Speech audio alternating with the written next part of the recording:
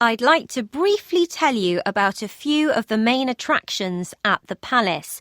You'll find these on the map in your information pack. Now, one of the first things you'll see is the statue of King Hupugata, which I just mentioned. This is on the right-hand side of Monument Court, the main square inside the palace grounds. Monument Court so called because of the many statues of kings, queens, and other historical figures there.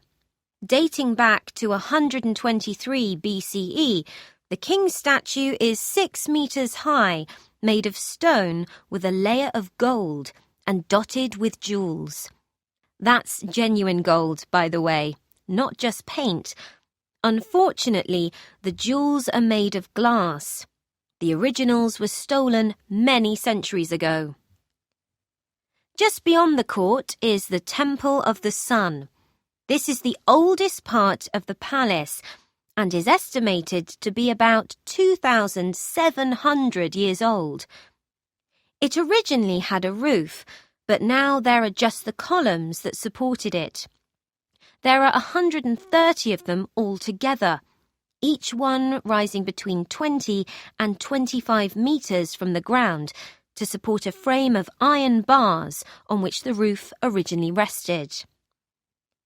To the left of the Temple of the Sun is the new palace, and it's here that you'll find the royal chambers. It's called the new palace because it's the newest part of the palace complex, although it was actually completed in 1346, which makes it quite old, really. Anyway, the royal chambers were where kings and queens from the middle of the 14th century had their private rooms, bedrooms, bathrooms, things like that. It was also where they would have kept all their valuables, although these have now been moved to the Palace Museum, which is also worth a visit. This was opened in March 2011.